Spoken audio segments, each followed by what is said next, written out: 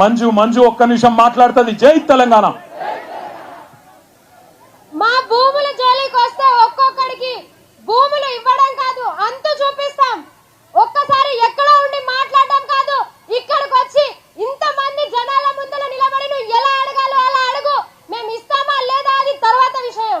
నువ్వు ఇవాళ అక్కడ ఉండి మాట్లాడడం కాదు. మేము ఓట్లేసాం కదా, మా బాధలు నీకు కనిపించట్లేదా? మేము ఓట్లేసిన వెయ్యని వాళ్ళు వచ్చి మాట్లాడుతున్నారు, నువ్వెక్కడ ఉన్నావు సార్? మా గొంతులు వినిపించట్లేదా?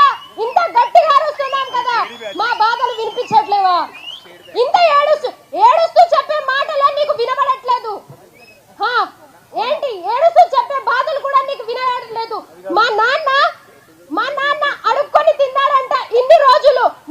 మీరు కేసీలు వేసి ఎక్కడెక్కడికో మొత్తం పలారిలో ఉన్న వాళ్ళందరూ అడుక్కు తిన్నారు. ఇలాంటి పరిస్థితికి తీసుకొచ్చావు సార్ నువ్వు. మాకు ఓట్లు వేసింది మమ్మల్ని ఊళ్ళో నుంచి వెళ్ళగొట్టడానికి కాదు, ఊళ్ళో ఉండి పంట పొలాలు పండించండి, నేను మీకు తోడుగా ఉంటావని చెప్తావని ఓట్లేసాం. మా బాధలు అర్థం కావట్లేదా? గట్టిగా సపోర్ట్లు కొట్టాలి మంజుకి. అయితే ఒక్క మాట చెప్పుడు మర్చిపోయాను. ఇక్కడనే దామరగిద్ద తాండాలు కూడా భూములు గుంజుకుంటున్నారంట. ఆడికి కూడా వస్తాం, అక్కడ కూడా కొట్లాడతాం. మన నారాయణపేట మాజీ ఎమ్మెల్యే రాజేందర్ రెడ్డి అన్న చెప్పినాడు, అక్కడ కూడా తప్పకుండా వచ్చి అక్కడ కూడా యుద్ధం చేస్తాం. ఆ విషయంలో కూడా ఎవరు అనుమానం పడద్దు. మీరు దయచేసి ఒప్పుకోకపోతే చాలు, మీరు కన్సెంట్ ఇవ్వకపోతే ఏ ప్రభుత్వం కూడా గుంజుకోలేదు. ఆఖరికి ఒక మాట చెప్తున్నా, చివరికి ఒక మాట చెప్పి నేను ముగిస్తా. ఈ కొడంగల్ ప్రాంతానికి నీళ్లు తెస్తున్నా అని చెప్పి రేవంత్ రెడ్డి గారు 4350 కోట్ల రూపాయలతో నీళ్లు తెస్తున్నా అని చెప్పి కొత్త ప్రచారం మొదలుపెట్టిండు.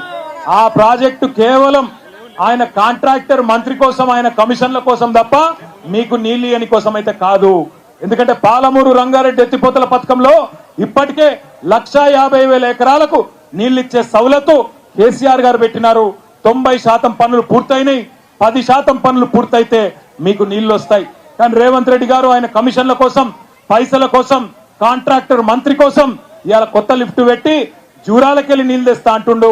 పచ్చి జూటా మాట నమ్మొద్దు అనే మాట కూడా రైతులకు విజ్ఞప్తి చేస్తూ ఆఖరికి మా చెల్లె మమ్మల్ని పెయిడ్ బ్యాచ్ అని అన్నారు, కానీ మేము కేటీఆర్ అన్న మమ్మల్ని సపోర్ట్ చేయలేడు అని అంటలేము. మమ్మల్ని ఎప్పటికీ ఆదుకున్నాడు కేటీఆర్ అన్న.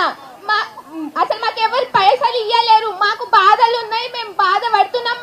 మా పేరెంట్స్ మేము చిన్నప్పటి నుంచి వాళ్ళు కష్టపడేది చూస్తున్నాం కాబట్టి మేము ఇంత మాట్లాడినాం. కానీ రేవంత్ రెడ్డి సార్, మీ పార్టీ కాంగ్రెస్ పార్టీ వాళ్ళు మీరు ఒక్కటి గుర్తు పెట్టుకోండి, మాకైతే ఎవరు పైసలు ఇయ్యలేరు. మేమైతే కేటీఆర్ అన్న హెల్పింగ్ నేచర్ చూసి మేము కేటీఆర్ అన్న సైడ్ మాట్లాడుతున్నాము. రేవంత్ రెడ్డి సార్ మీరు ఒక్కటే గుర్తు పెట్టుకోండి, మీరు చీఫ్ మినిస్టర్ అయిపోతున్నా. చీఫ్ మినిస్టర్ కాదు, మీరు చీఫ్